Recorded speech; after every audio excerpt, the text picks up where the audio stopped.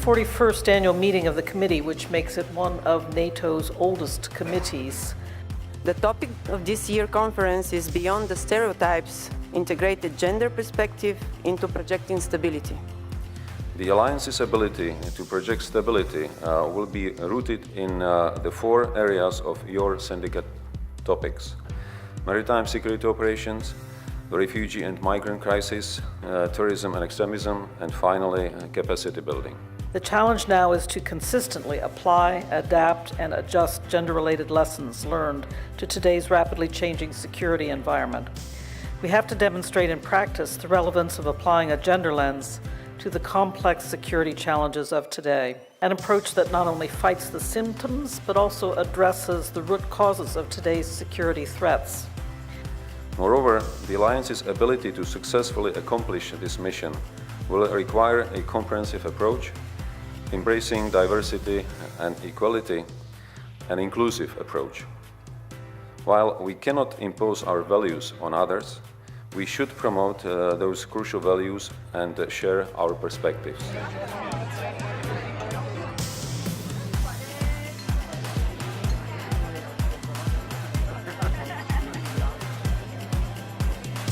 All of these stress factors on these societies which have been engulfed in conflict, making the lot of women, even if they stay out of violence, increasingly difficult. When I look at where we are and where we need to go, first of all, I think the biggest gap right now is in diversity, as in the numbers. 50% on average of a population in a country are women. So therefore, they should be represented in their country's military. But society, cultural values are still here. And that's what all of our countries are fighting, is to change society. Gender perspective in operation. So 1325 is 17 years old. What I think we need to do in the implementation, which is right now where we really need to focus, is we have to demystify. It means, second point, that the cultural awareness, pre-deployment training is very important. But it's also very different from one nation to another one.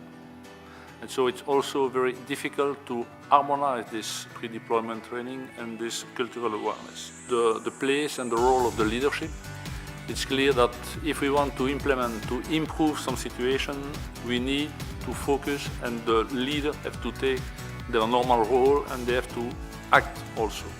When we speak about NATO and gender perspective in projecting stability, we have some means to do this. We have the defense capacity building initiatives when we go in some nations. When we go in other nations, probably the best is to build, to invest in education, schools, to raise the awareness of the value of the human beings before speaking about women and men.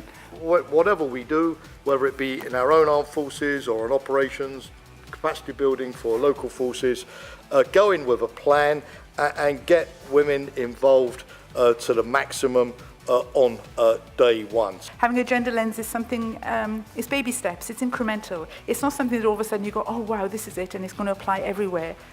Well, it does apply everywhere, but you don't have to force it, and you have to try and show why it's important. I am hoping, again, the results of your deliberations this week will help us get the message across.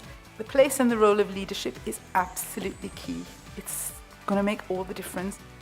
When it comes to the challenges around projecting stability, put simply, there can be no lasting stability and peace without gender inclusion.